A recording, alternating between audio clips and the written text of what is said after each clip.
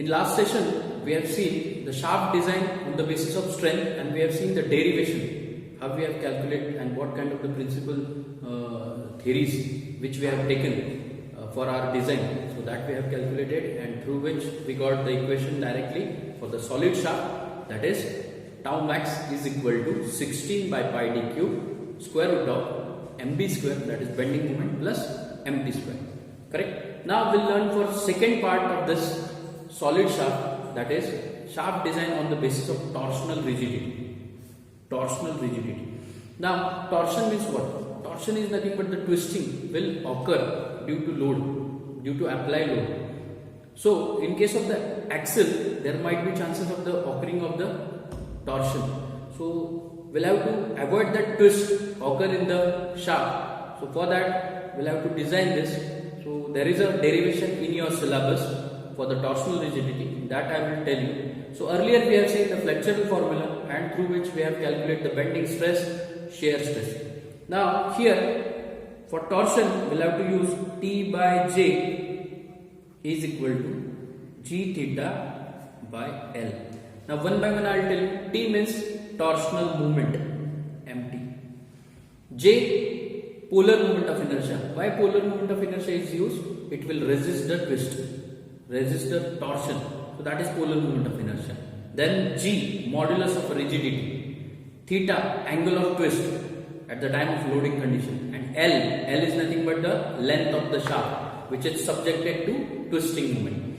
So that we need to calculate. So here our main motto is to calculate the angle of twist, and for to avoid that twist, what should be the diameter of the shaft, that we need to calculate.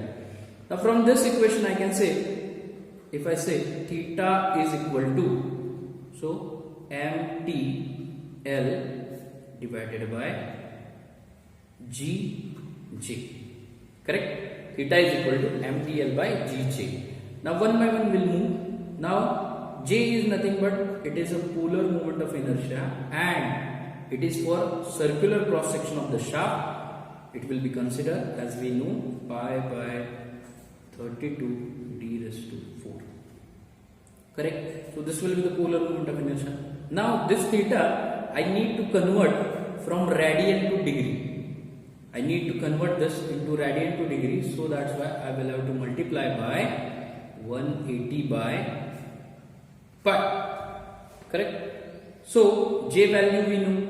Of course the modulus of rigidity as per the material they can give, and that will have to take. Generally it will be 80 kilonewton per mm square or 79,300 Newton per mm square, in that range. So whatever will be the given in the numerical, that we need to find, or that we need to take. Now if I put this value, I'll get theta is equal to MTL divided by G into J is nothing but pi by 32 d raised to 4 into 180 by pi. For simplify this equation, if I multiply with the things, I'll get directly theta is equal to 584 MTL divided by G d raised to 4, and that would be your equation for torsional rigidity. Remember this. This will be the equation for torsional rigidity. That is theta is equal to 584 MTL by G d raised to 4. This is on the basis of torsional rigidity. As I told you, through this torsional rigidity we are going to calculate the diameter, which will avoid the twist.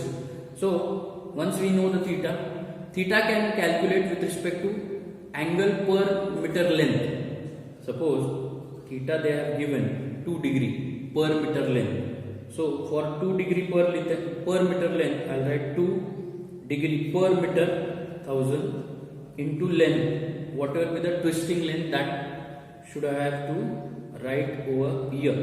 So if once we have calculated the theta in degree, this value I have to put in the value of theta. 584 known parameter, mt torsional moment we can calculate from power and RPM, L length of shaft, how much twist is going to do, so that we know. Modulus of rigidity, as I told you, 80 kilonewton per mm square or 79,300 mm square, whatever it may be, whichever be the given, I will have to, or we will have to put, so through which unknown is D. So I'll get D is equal to, and this diameter, of course, this will be different from diameter of the solid shaft, because here under the title of a torsional rigidity, this diameter for the torsional only. If in the numerical they will ask design a shaft on the basis of torsional rigidity, I will have to use this equation. If they have mentioned for design a shaft on the basis of solid strength, then I will have to use the previous session equation. Correct? So likewise, you need to read a problem carefully, and then you need to define which they are asked, and according to that we'll have to use the equation. I hope you understood this second point of your unit number 2. So this is about the torsional rigidity, and in next session we'll see for hollow shaft. Thank you.